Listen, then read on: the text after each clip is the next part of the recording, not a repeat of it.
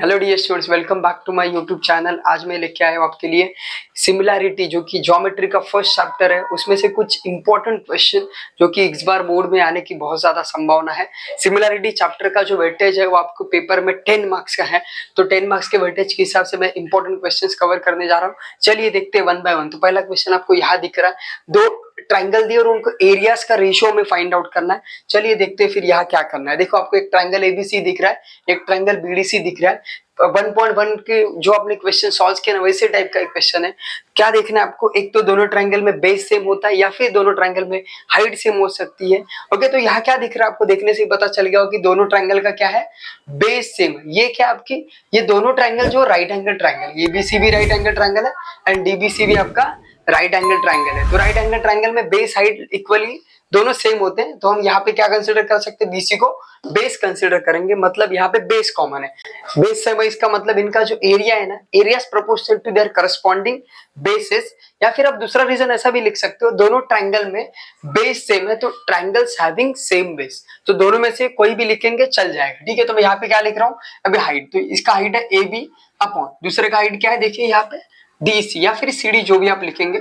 सामने रीजन क्या लिखेंगे, ट्राइंगल शॉर्ट में लिख रहा हूँ, ट्राइंगल्स हैविंग सेम बेस या फिर इक्वल बेस भी चलेगा। तो वैल्यू सब्स्टिट्यूट करेंगे तो ए बी की लेंथ कितनी, देखिए 6 है एंड डीसी की लेंथ कितनी 8 है। सो दोनों नंबर डिविजिबल बाय 2 है।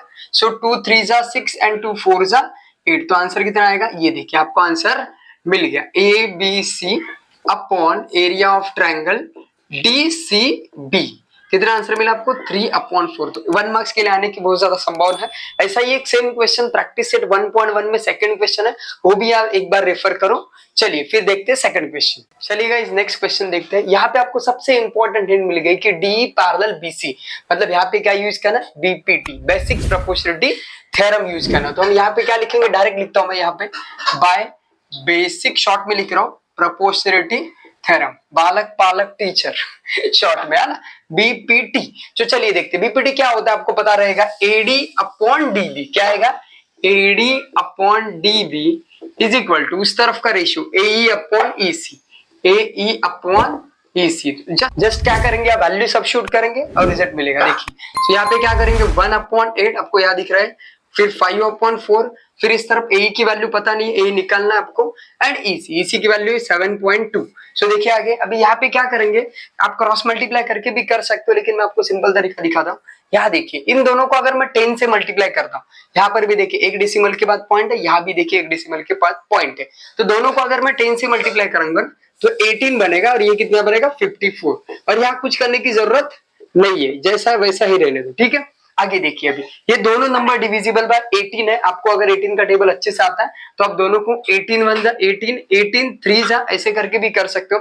अगर टेबल नहीं आ रहा है तो आप 9 से करके देखो तो भी हो जाएगा। फिर आगे हम यहाँ कंटिन्यू करते हैं, जो कि आपको 1/3 और इस तरफ क्या है, ए अपॉन 7.2।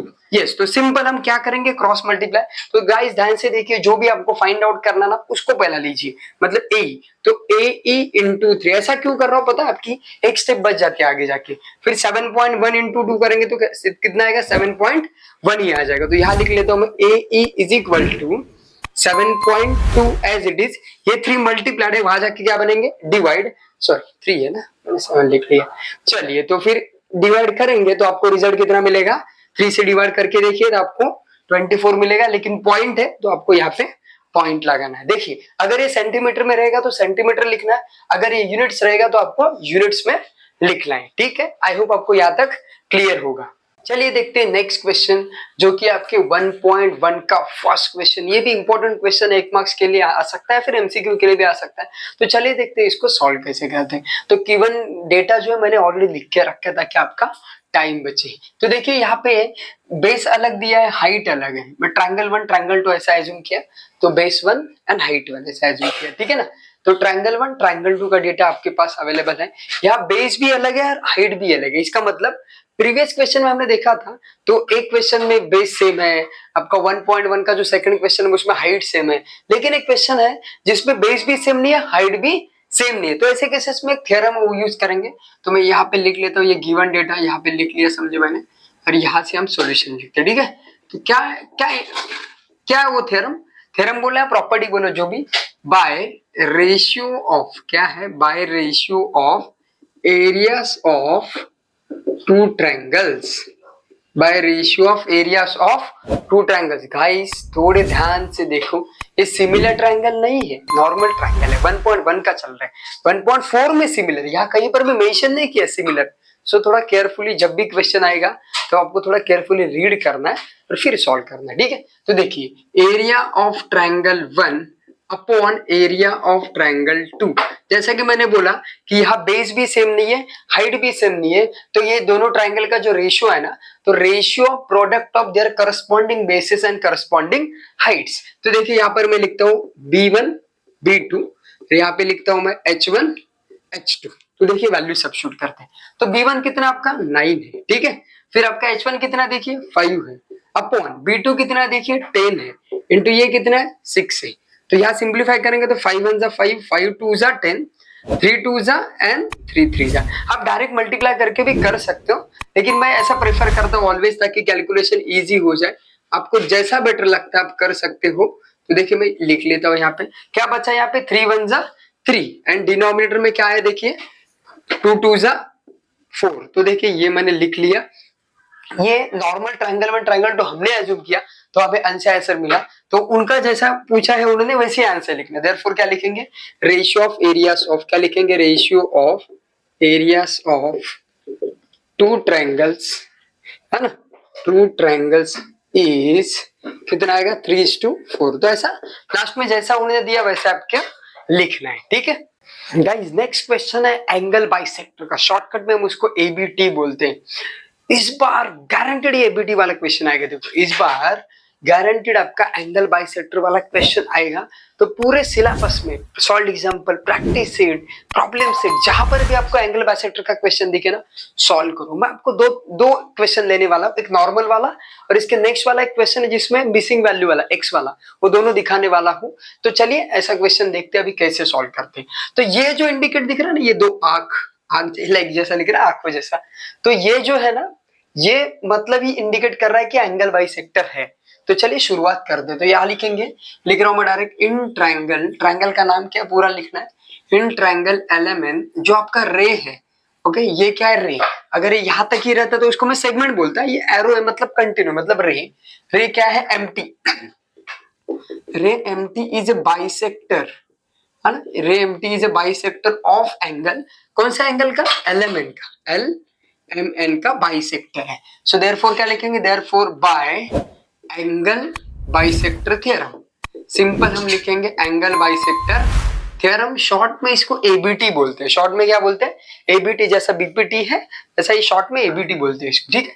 तो चलिए ये एप्लीकेशन ऑफ बीपीटी है, तो सेम बीपीटी जैसा करेंगे, बहुत इजी है। जो आपने एंगल बाइसेक्टर निकाला है ना, एक बार समझो, बाकी 5 सम आप खुद करोगे।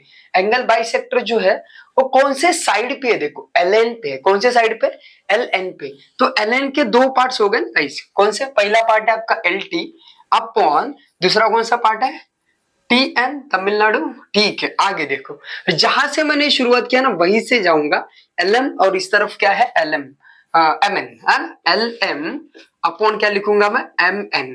कुछ लोग रीजन यहाँ लिखते हैं, कुछ लोग यहाँ सामने लिखते हैं, आपको जो बेटर लगता है आप लिख सकते हो, दोनों जगह सही है, ठीक है। अभी हम वैल्यू सब्स्टिट्यूट कर देते हैं। LT की वैल्यू नहीं है, वही हमें फाइंड आउट करनी है, और TN की वैल्यू कितनी है देखिए 8 है, राइट। LM की वैल्यू कितनी है 6 है, अपॉन MN की वैल्यू कितनी है 10 है। सो आई होप आपको यहाँ तक क्लियर होगा। अभी आपके पास दो चॉइसेस सॉल्व करने के, इन दोनों को आप सिंप्लीफाई करके भी कर सकते हो, लेकिन बेसिक चीजें याद रखो, जब भी आपको 10 100 ऐसा कुछ दिखेगा ना, उसको सिंप्लीफाई करने के चक्कर में मत जाओ, ताकि आगे जाके डिवीजन करना इजी होता है। तो मैं इसको वैसे ही रखूंगा और क्रॉस मल्टीप्लाई करूंगा, तो 10 इंटू LT आएगा एंड 6 इंटू कितना बनेगा 8, राइट। तो LT इंटू 10 ऐसे ही रखता हूँ, इनका मल्टीप्लीकेशन करूंगा तो कितना आएगा 48 आ गया। सो अभी जो आपका 10 है ना, तो वहां जाके क्या बनेगा, डिवाइड बनेगा। सो LT की वैल्यू कितनी मिलेगी आपको 4.8। तो एज यूजुअल जैसा मैंने बोला, अगर सम में CM रहेगा तो CM लिखना है, यूनिट्स रहेगा तो यूनिट्स लिखना है, ये भूलना नहीं है, ठीक है। जैसे कि मैंने बोला एक मिसिंग वैल्यू वाला भी दिखा देता हूँ, तो चलिए देखते हैं मिसिंग वाला, बहुत इजी है, फटाफट कर लेते हैं। तो जैसा कि गिवन इन्फॉर्मेशन में लिखते हैं, इन ट्रायंगल ट्रायंगल का ऑलवेज नाम लिखने का पहले, इन ट्रायंगल एबीसी, इस बार देखो ये रे नहीं है, सेगमेंट है, तो इसको लिखूंगा मैं segment BD. Segment BD is a bisector, है ना, is a bisector of angle, जिसका भी बाइसेक्ट करा ना वो मिडल में आना चाहिए, मतलब ए बी सी, या फिर ओनली बी भी लिख सकते हो, ठीक है ना। यस, इससे पता चला कि ये बाइसेक्टर है, जैसे कि मैंने बोला ये दो आंखें दिख रहे हैं, यस यही बता रहा है कि ये बाइसेक्टर है। तो चलिए मैं लिखता हूं therefore by angle bisector theorem, angle bisector theorem of triangle भी लिख सकते हो आगे, ठीक है ना। चलिए आगे देखते हैं क्या आएगा। जैसे कि मैंने बोला प्रीवियस केस में, ये कौन से साइड पे जो एंगल बाइसेक्टर है कौन से साइड पे है, एसी पे है। तो एसी के दो पार्ट्स हो गए, पहला पार्ट है आपका एडी अपॉन दूसरा पार्ट कौन सा आपका DC इज इक्वल टू, अभी जहां से आपने शुरुआत की ना वहीं से जाना है, A B upon B C, A B upon B C, right. जैसे कि मैंने प्रीवियस केस में बोला ABT is application of BPT, ठीक है ना। सो वही टाइप का आपको फॉर्मेट नजर आ रहा है। चलिए देखते हैं अभी AD की वैल्यू कितनी है, x-2 अपॉन AC नहीं DC है, DC की वैल्यू कितनी है x+2, इस तरफ AB कितना देखिए x है और BC कितना देखिए x+5, सिंपल यहां हम क्रॉस मल्टीप्लाई करेंगे, ठीक है ना। तो x-2 पहला पार्ट इस तरफ x+5 को इज इक्वल टू, यहां से देखिए बहुत सारे लोग ऐसा लिखते हैं और सत्यानाश कर देते हैं, इसीलिए मैं बोलता हूँ ब्रैकेट में लिखो। जब भी एक से ज्यादा टर्म्स आएंगे ना तो ब्रैकेट में लिखने की हैबिट लगाओ, ऐसा मत करो, सीधा मैं लिखता हूँ ऐसे। यस, अभी देखिए यहाँ एक ब्रैकेट ओपन करेंगे फिर मल्टीप्लाई करेंगे, ऐसा वगैरह आप करते हो। मैं आपको शॉर्ट में टेक्निक बताता हूँ जो कि आपने ऑलरेडी 8th स्टैंडर्ड में भी सीखी है। क्या करना है, सेम पार्ट वाले को पहले तो स्क्वायर करो, x इंटू एक्स स्क्वायर, फिर ये जो कांस्टेंट मतलब नंबर है उनका कैलकुलेशन करो, -2 +5 प्लस माइनस माइनस 5 में से 2 जाएंगे तो कितना आएंगे 3x, राइट। उसके बाद इन्हीं दो नंबर का कर लो मल्टीप्लाई, 5 2 जा 10 प्लस माइनस माइनस तो कितना आया -10 आया। अभी यहां से देखिए x इंटू एक्स करेंगे तो कितना आएगा x square plus x into 2 आएगा तो कितना आएगा 2x। आई होप आपको यहाँ तक क्लियर होगा। अभी क्या करेंगे, जिनके साथ भी x है x वाले टर्म्स को एक तरफ लेंगे, कांस्टेंट वाले पार्ट को एक तरफ लेंगे।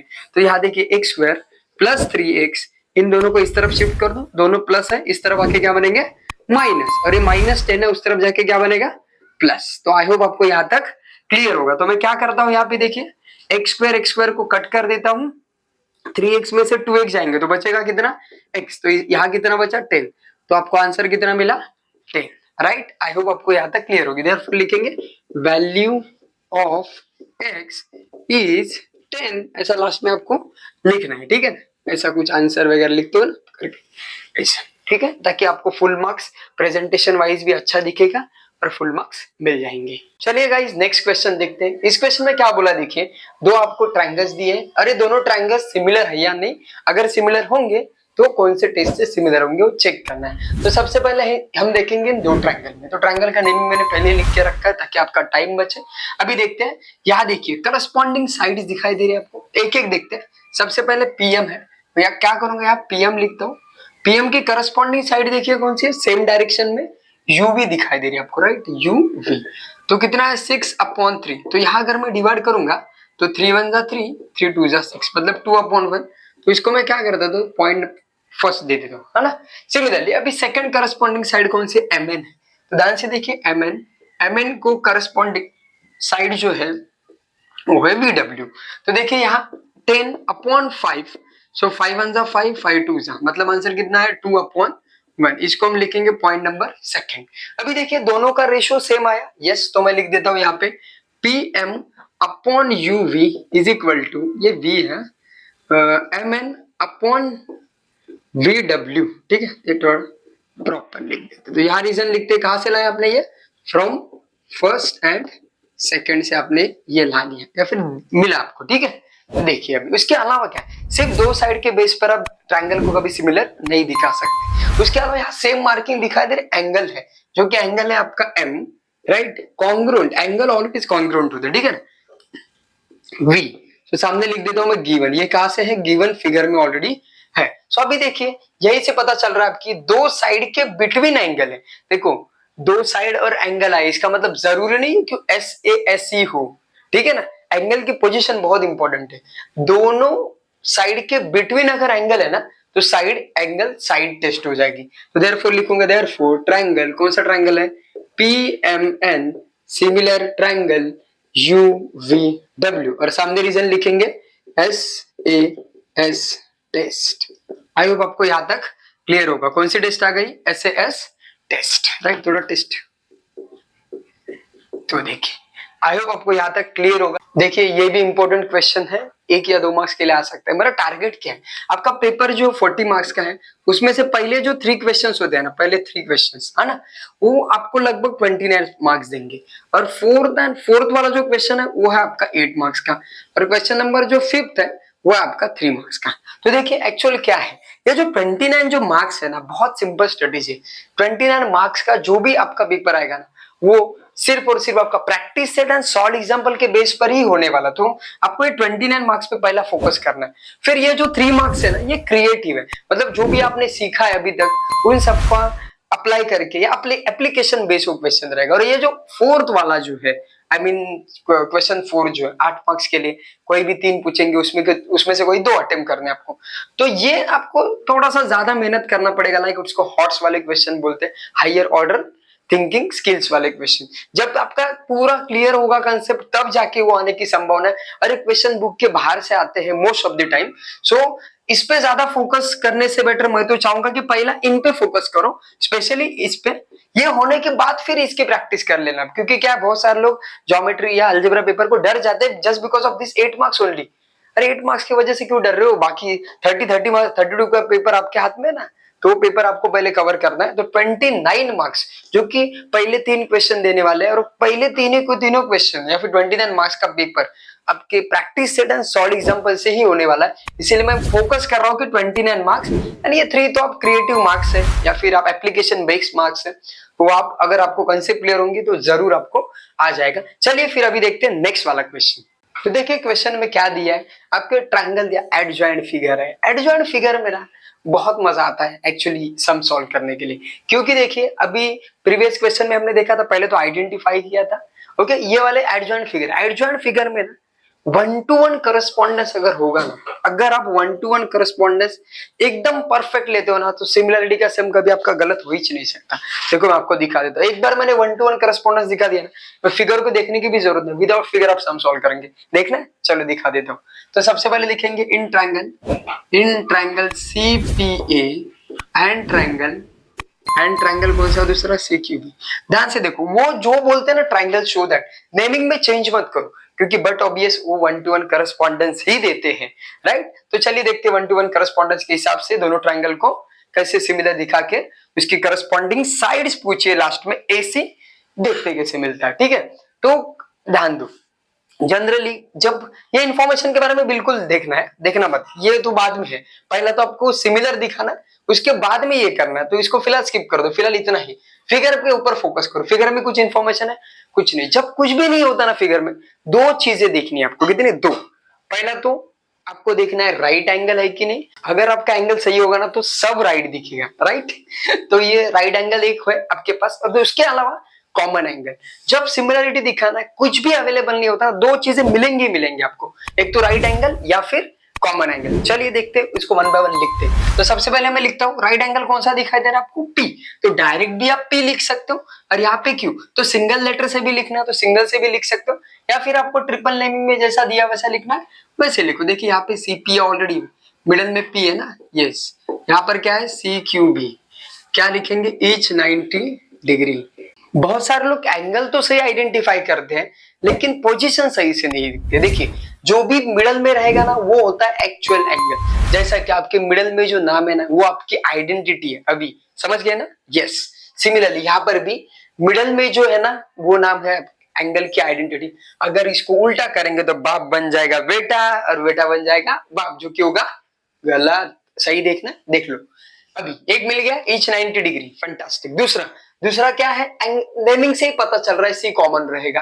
देखो आप यहाँ पे देख लो, C कॉमन ही है ना, वैसे भी यार नेमिंग से पता चल रहा है C कॉमन है। जैसे कि मैंने बोला एंगल की पोजीशन रहेगी मिडल में, तो C को लिखूंगा मैं बीच में, P को आप आगे लिखो, A को आप आगे लिखो, फर्क नहीं पड़ेगा, लेकिन C का आना चाहिए मिडल में। तो चलो मैं ACB लिख देता हूँ, है ना। और यहाँ पे क्या हो जाएगा, QCB। सामने रीजन क्या लिखेंगे, common angle.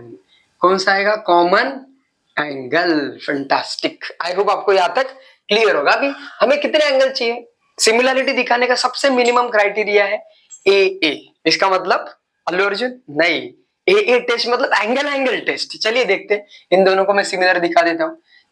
Triangle CPA similar triangle C Q B, तो इसको मैं बोलता हूँ अल्लू अर्जुन टेस्ट। मतलब ये समझ गए ना, ए टेस्ट मतलब angle angle test. I hope आपको यहाँ तक क्लियर होगा। अभी ये काम तो हमने कर लिया कंप्लीट, ये पार्ट अभी बाकी है ना। देखो फिगर की तरफ देखने की जरूरत भी नहीं है, सीधा सिर्फ ये 1-to-1 करस्पॉन्डेंस के हिसाब से ये सब मैं निकालता हूँ। कैसे, देखो बहुत सारे लोग फिगर देख कंफ्यूज हो जाते हैं, अरे एपी को कौन सा आएगा, सीपी को कौन सा आएगा। डोंट वरी, मैं हूं ना, दिखा देता हूं आपको। देखो कैसे करना है, तो स्टेप बाय स्टेप करते हैं। सबसे पहले देखो क्या दिख रहा है आपको, एपी। तो ये देखो आपको दिख रहा है एपी, पोजीशन देखो एपी, ए पी। तो यहां लिख देता हूं मैं एपी, और इस तरफ क्या है, बीक्यू। आपको यहाँ दिखेगा कहीं ना कहीं, देखो है ना, बीक्यू है। तो इसकी करस्पॉन्डिंग साइड कौन सी आ गई, बीक्यू। अभी इसके अलावा क्या चाहिए, बीसी एंड एसी, मतलब बीसी दिया एंड एसी फाइंड आउट करना। डेफिनेटली 1-to-1 करस्पॉन्डेंस ही रहेंगे अगर आपने ये सही लिखा होगा तो चलिए देखते हैं यहाँ क्या है, बीसी एंड एसी। तो एसी कहाँ नजर आ रहा है, पहले ऑलवेज यही ट्रायंगल का लेना है। तो देखिए एसी और इस तरफ दिख रहा है बीसी, यस आ जाएगा अपने आप, सोचने की जरूरत भी नहीं है। सामने लिखेंगे सी एस एस टी, मतलब क्या, छत्रपति संभाजी शिवाजी महाराज टर्मिनस, ये मैं बोलता हूँ। लेकिन क्या बोलते हैं उसको, corresponding sides of similar triangle. I hope आपको समझ आ गया होगा, राइट। आगे देखते हैं, वैल्यू सबस्टिट्यूट कर देते हैं, सिंपल। वैल्यूज में क्या लिखेंगे हम, एपी कितना है 7, बीक्यू कितना है 8, राइट। उसके बाद आपका एसी कितना है फाइंड आउट करना है, एंड बीसी कितना है 12। देखो वैल्यूज हमने कर लिए सब्स्टिट्यूट, अभी हम कर देंगे सीधा क्रॉस मल्टीप्लाई। तो एक चीज याद रखो, जो भी आपको फाइंड आउट करना है ना, पहला उनका क्रॉस मल्टीप्लाई करने का। तो एसी इंटू 8 एंड यहाँ पे क्या आ जाएगा 12 इंटू 7। तो देखिए आगे एसी, तो आपको मल्टीप्लाई करना तो डायरेक्ट कर लो मल्टीप्लाई, 84 आ जाएगा। फिर आप यहां से 8 को वहां जाके डिवाइड कर लो, सो आपको एसी की वैल्यू कितनी मिलेगी, 8 को वहां जाके डिवाइड करेंगे, सॉरी 4 लिखा था, सो कितना मिलेगा आपको 10.5। कितना आंसर मिलेगा 10.5। सीएम रहेगा तो सीएम लिखना, यूनिट्स रहेगा तो यूनिट्स लिखना, ये भूलना नहीं है। चलिए गाइस देखते हैं नेक्स्ट क्वेश्चन। ये भी आपको कॉम्प्लिकेटेड दिख रहा होगा फिगर देख के, लेकिन बड़ा ही आसान क्वेश्चन। अगेन मैं वही बोलूंगा, आपको 1-to-1 करस्पॉन्डेंस अगर आपको प्रॉपर लेने आ गए ना, तो आपका सिमिलैरिटी का सब बहुत इजी हो जाएगा। देखिए अभी एक कुछ आपको अलग ही लग रहा है, आप बोलेगा अरे रेशियो में आता है ना सिमिलैरिटी, लेकिन रेशियो को क्रॉस मल्टीप्लाई करो आंसर ऐसे मिल जाएगा ना कुछ, तो वही बात है। तो चलिए देखते हैं आपको ट्रायंगल कहाँ नजर आ रहा है। ये देखिए एक ट्रायंगल यहाँ है, एक ट्रायंगल आपको यहाँ नजर आ रहा है। देखिए यहाँ ये 2 ट्रायंगल है, बस इन दोनों ट्रायंगल को दिखाना है सिमिलर। आप बोल रहे फिगर उल्टा दिख रहा है, मैंने जानबूझ के उल्टा निकाला ताकि आपको इजीली समझ में आ जाए। जब फिगर उल्टा है ना, सीधा बुक को रोटेट करो या क्वेश्चन पेपर को रोटेट करो, इजीली दिख जाएगा। बहुत इजी होता है फिर ऐसा करना, ठीक है। सो देखिए सबसे बड़ी हिंट आपके पास ये है कि पैरेललोग्राम है। पैरेललोग्राम की प्रॉपर्टी क्या है, अपोजिट साइड्स पैरेलल होती है। तो आप यहाँ पे AB को CD पैरेलल दिखा सकते हो और BC को AD पैरेलल दिखा सकते हो। तो BC और AD का कोई काम लेना देना है ही नहीं है। तो AB एंड CD को हम दिखा दे पैरेलल और देखते आगे क्या मिलता है। तो मैं शुरुआत अगेन वही से करता हूं कि ABCD इज अ पैरेललोग्राम। क्या आएगा, ABCD इज अ पैरेललोग्राम। तो इसमें कौन से 2 साइड्स पैरेलल दिखाएंगे, साइड AB साइड CD। तो मैं यहां दिखा देता हूं, side AB parallel side CD। थोड़ा सा ध्यान दो, ये triangle parallel side CD, okay. ये ट्रायंगल कंटिन्यू T तक है, तो क्या मैं AB की जगह AT लिख सकता हूँ, यस डेफिनेटली। क्यों पता है, समझ गए ना क्यों, side AT parallel side CD as it is. सामने रीजन लिखूंगा मैं ABT, थ्योरम नहीं कोलिनियर पॉइंट्स है, समझे ना, ABT का थ्योरम है, एंगल बाइसेक्टर थ्योरम। ये कोलिनियर पॉइंट्स है, थ्योरम नहीं है, ठीक है। आगे देखते हैं, यस अभी हम लेंगे ट्रांसवर्सल। तो आपको क्लियर दिखाई दे रही होगी ट्रांसवर्सल DT या TD है, तो आपको ऐसा Z भी नजर आया होगा, ठीक है ना। Z मतलब कि हर बार आपको ऐसा Z नहीं कि ये ज्यादा मिलेगा, कई बार ये ज्यादा मिलेगा, कई बार ऐसा भी होगा, कई उल्टा होगा, ठीक है। तो आगे पीछे हो सकता है, लेकिन Z का सिर्फ ही नजर आ रहा है आपको, ठीक है। सो यहाँ लिखता हूं व्हेन, कौन सी ट्रांसवर्सल बताऊं, जैसे कि मैंने अभी बोला TD, when TD is transversal, when TD is क्या होगा ट्रांसवर्सल, तो देखते हैं कौन सा एंगल फॉर्म होगा। तो देखिए यहां से A T D, A T D, तो लिख देता हूं मैं एंगल ए टी डी। सो यहां लिख लेता हूं angle A T D congruent angle. अभी जो मैंने यहाँ पॉइंट लिया ना, स्टार्टिंग पॉइंट कौन सा था, ए का, तो एग्जैक्टली ए का अपोजिट पॉइंट कौन सा देखने का, सी। तो यहां से स्टार्ट कर लो, सी डी टी, एंगल आ गया सी डी टी। सामने रीजन लिखेंगे ऑल्टरनेट एंगल। तो शॉर्ट में लिख रहा हूं, मेरे पास जगह नहीं है, तो आप समझ गए होंगे। एंगल वगैरह शॉर्ट में मत लिखो, पूरा लिखो स्पेलिंग के साथ, ऑल्टरनेट एंगल। यस, लेकिन जैसे कि मैंने बोला कि हमें सिर्फ इन दोनों ट्रायंगल में ही आना है, जैसे कि प्रीवियस क्वेश्चन में भी देखा था। सो सिर्फ मैं इन दोनों ट्रायंगल के बारे में सोचूंगा तो उसमें थोड़ी ना ए आ रहा है, राइट ना, तो ए की जगह बी लिखना पड़ेगा। तो मैं क्या करूंगा, यहाँ ए की जगह लिखूंगा बी टी। लेकिन आप नोटिस करोगे ना तो एंगल की पोजीशन चेंज नहीं होंगी, एंगल वही रहेगा। आप चाहे ए से ले लो चाहे बी से ले लो, मैं बी से ले रहा हूं, बी टी ई लिखूंगा। क्या लिखूंगा, बी टी ई। मैं डी नहीं लिखूंगा क्योंकि मुझे सिर्फ इस ट्रायंगल में देखना है ना, और इस वाले ट्रायंगल में देखो क्या लिखा है, सी डी टी। तो सी डी, अभी इस बार टी नहीं लिखूंगा मैं, सी डी ई लिखूंगा। क्या लिखूंगा, सी डी ई। सामने रीजन क्या लिखेंगे, यहाँ कोऑर्डिनेट पॉइंट्स दो दो पेयर है, यहाँ पे ए बी टी ऐसा भी एक पेयर है, और नीचे देखेंगे तो टी ई डी ऐसा दो दो पेयर है। तो इसको मैं देख के रखूंगा पॉइंट नंबर फर्स्ट। आई होप आपको यहां तक क्लियर होगा। तो चलिए देखते हैं हम ट्रायंगल में। तो यहां लिखता हूं इन ट्रायंगल, अभी कौन सा ट्रायंगल है देखिए, इन ट्रायंगल, ये पहला वाला ट्रायंगल, हाँ ये बहुत जरूरी है। अभी 1-to-1 करस्पॉन्डेंस लेना बहुत इंपॉर्टेंट है। चलिए देखते हैं 1-to-1 करस्पॉन्डेंस कैसे लेते हैं। तो कैसे लेना आपको, जैसे कि मैंने बोला अभी इस ट्रायंगल में ना तो ए का कुछ काम नहीं है, तो मैं शुरुआत करूंगा बी से, बी टी ई। आप ध्यान से देखेंगे ना तो ये जो मैं लेता हूं ना, ये वाला एंगल, ये वाला, यही मेरा 1-to-1 करस्पॉन्डेंस है। ये देखो मार्क करके रख, यही मेरा 1-to-1 करस्पॉन्डेंस आएगा, क्योंकि मैं लेते समय वैसे एकदम सिस्टमेटिक लेता हूं। फिर भी आपके लिए अगेन दिखा देता हूं, बी टी ई। तो मैं यहां लिखूंगा B T E and triangle, जहां से मैंने शुरुआत की ना उसका ऑपोजिट। देखो इस बार ए का भी सी था, इसका भी ये देखिए सी है ट्रायंगल का। अभी ऐसा ऑपोजिट के बारे में बात नहीं कर रहा हूं मैं, एंगल की, ट्रायंगल का एंडिंग पॉइंट इस तरफ का, ट्रायंगल का ending point C D E. तो देखिए आ गया ना, तो मैं लेते समय ऐसे लेता हूं तो एकदम परफेक्ट आएगा, सोचने की जरूरत ही नहीं पड़ती। मेरा काम हो गया, मैं ट्रायंगल की तरफ देखूंगा भी नहीं। अभी देखो बिना देखे कैसे सॉल्व करूंगा, ठीक है। आ गया, दोनों ट्रायंगल क्या आ जाएंगे, यस, इन दोनों ट्रायंगल में हम लिखेंगे, दोनों ट्रायंगल को सबसे पहले दिखाएंगे हम सिमिलर। तो जैसे कि मैंने बोला प्रीवियस क्वेश्चन में भी किया था हमने, ये जो ट्रायंगल है ध्यान से देखो, ये जो मैंने एंगल लिया ना वही एज इट इज में लिखूंगा यहाँ पे, angle B T E congruent angle C D E. ज्यादा सोचना नहीं, ये कहां से रीजन, फ्रॉम फर्स्ट, कहां से आया, फ्रॉम फर्स्ट से आपने इसको लिया है। यस, सिर्फ एक एंगल के बलबूते आप कभी भी ट्रायंगल को सिमिलर नहीं दिखा सकते हो। दूसरा, ज्यादा सोचना नहीं है, ये देखिए मिल गया ना। यस, कौन सा एंगल इसको बोलते हैं, इसको मैं बोलता हूँ विवोपो, मतलब वर्टिकली ऑपोजिट। यस, देखो तो ई बीच में आना चाहिए, जैसा प्रीवियस क्वेश्चन में मैंने समझा था।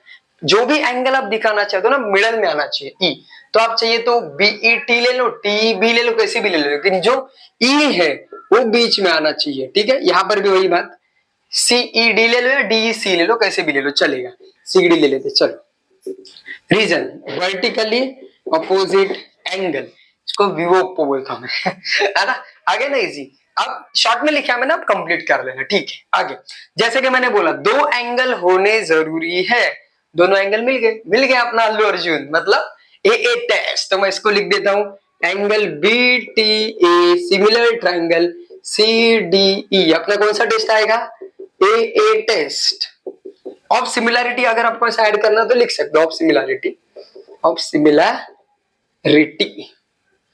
स्पेलिंग वगैरह देख लेना प्रॉपर, ठीक है।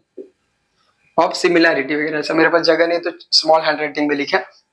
आई होप आपको यहां तक क्लियर होगा। यस, इसके बाद हमें क्या शो करना है, इसके ऊपर फोकस होना चाहिए। देखो ऐसा कुछ, मतलब ये क्या है, करस्पॉन्डिंग साइड्स। तो मैं इसको लिखूंगा, अगेन मैं वही बोल रहा हूँ, फिगर को देखूंगा भी नहीं, देखो बिना फिगर के देखो सॉल्व करूंगा। लेकिन पहले देखना चाहिए कि क्या यहाँ पे दिखना, हर जगह आपको ई नजर आ रहा है, ई ई ई ई, राइट। तो मैं एंगल्स भी वैसे ही लूंगा। तो बताइए बीटी का कुछ रोल है क्या इसमें, बीटी का ही है क्या, तो बीटी भी नहीं है, सीडी भी नहीं है। देखो जो नहीं है ना उसका पार्टनर भी नहीं है, समझ गए ना, इसको बोलते हैं 1 to 1 करस्पॉन्डेंस। अगर ये सही आया ना, मैं चैलेंज देता हूं कभी आपका सम गलत ही नहीं आएगा। तो बीटी को छोड़ दो भाई, छोड़ दो। तो टीई, तो क्या लिख रहा हूं मैं, टीई, टी मिल जाएगा आपको। टी का कौन सा है, डीई, तो मैं यहां पे लिख देता हूं TE upon DE, TE upon DE is equal to, चलो हो गया। अभी लिखता हूं मैं बीई, फर्स्ट थर्ड, इस तरफ का भी फर्स्ट थर्ड बीई, और इस तरफ क्या आएगा सीई।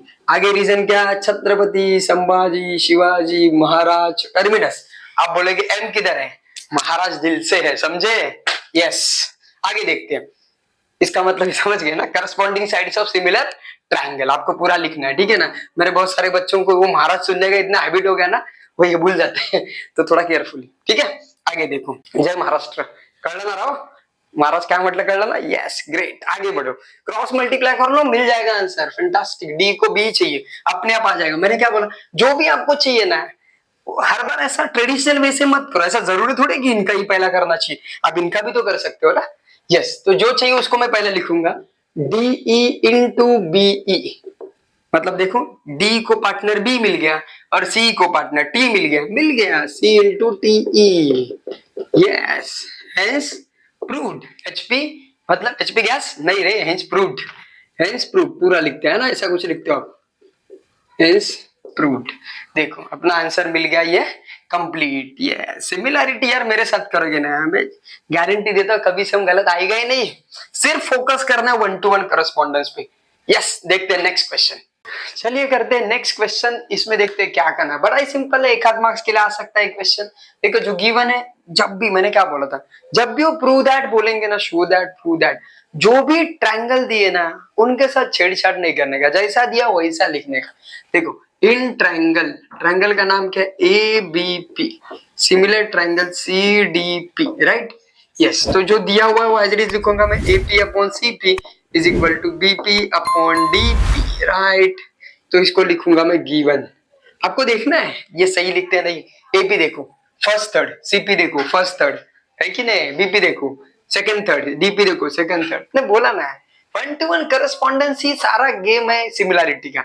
जिसको भी 1 to 1 करस्पॉन्डेंस लेना आया ना, समझो आप सिमिलैरिटी जीत गए। सिमिलैरिटी आपके बायत का खेल बन जाएगा फिर, ठीक है।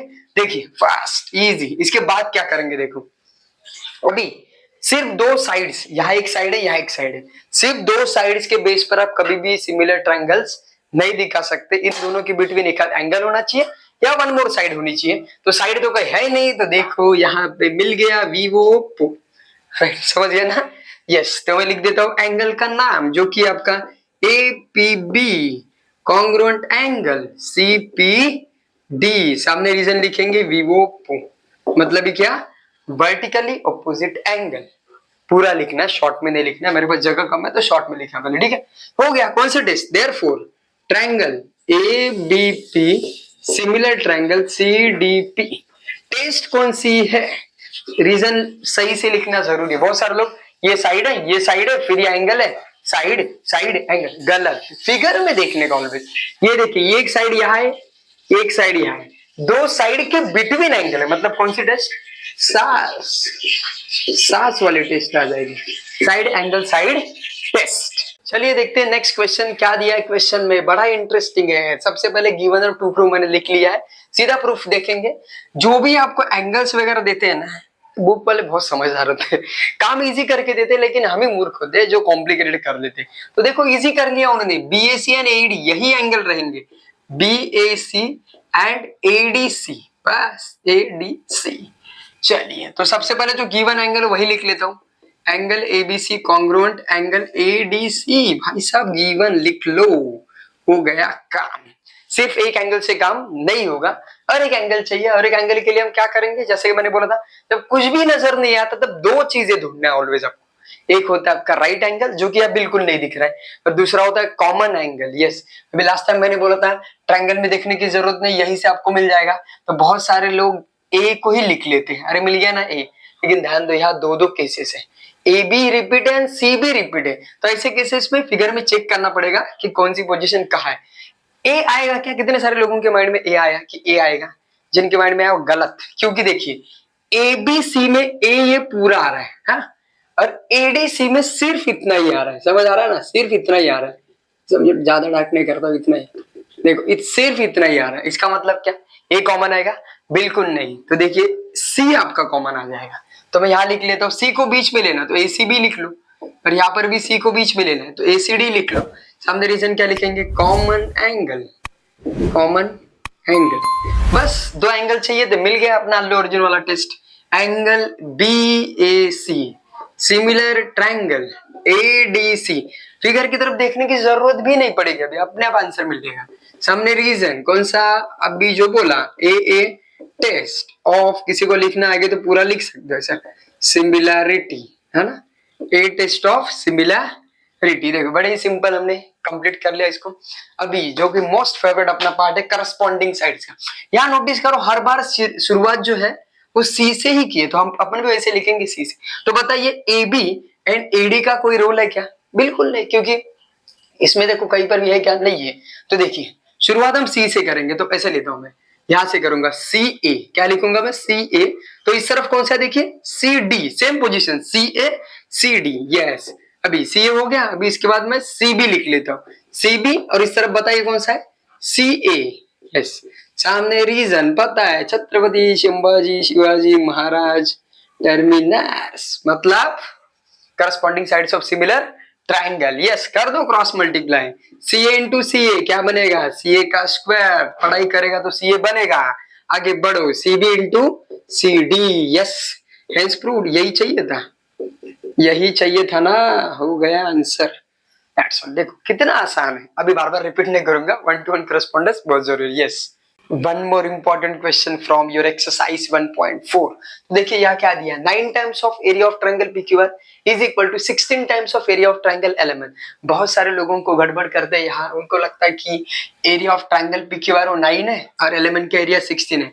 ना ना ना, गलत, ऐसे नहीं लेना आपको, ठीक है।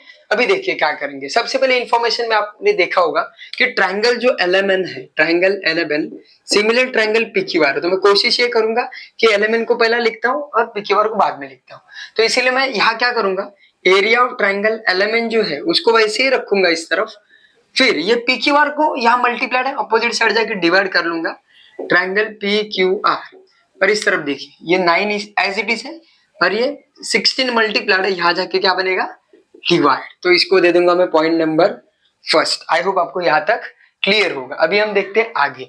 अभी मेन जो पॉइंट उन्होंने दिया है, क्या दिया आपको, triangle LMN, triangle LMN similar triangle, क्या दिया आपको, PQR, ये भी गिवन है। दोनों ट्रायंगल सिमिलर है, इसका मतलब उनके करस्पॉन्डिंग साइड्स का जो रेशियो आने वाला है वो क्या होगा, देखते हैं क्या आता है।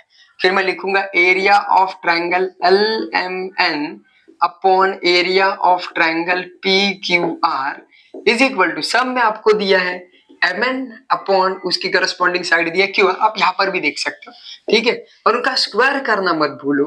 सामने रीजन लिखता हूं मैं क्या, theorems of areas of similar triangle, तो लिखूंगा मैं theorem of areas of similar triangles, ठीक है।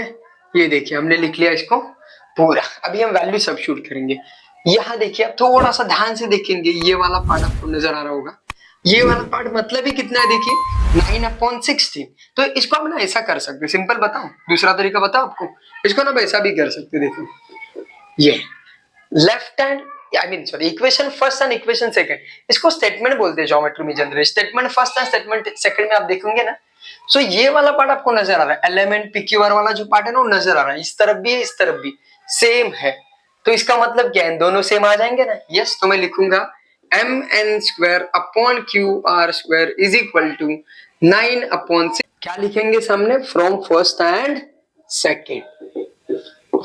सेकेंड। ज्योमेट्री में विथ रीजन लिखना बहुत जरूरी है, विदाउट रीजन लिखेंगे तो कोई मार्क्स आपको नहीं देने वाला है। तो देखिए आपके पास ऑलरेडी QR की वैल्यू 20 है, तो 20 स्क्वायर कर लेता हूं यहाँ पे, और यहाँ पे MN स्क्वायर, ये जो है वो एज इट इज, ठीक है।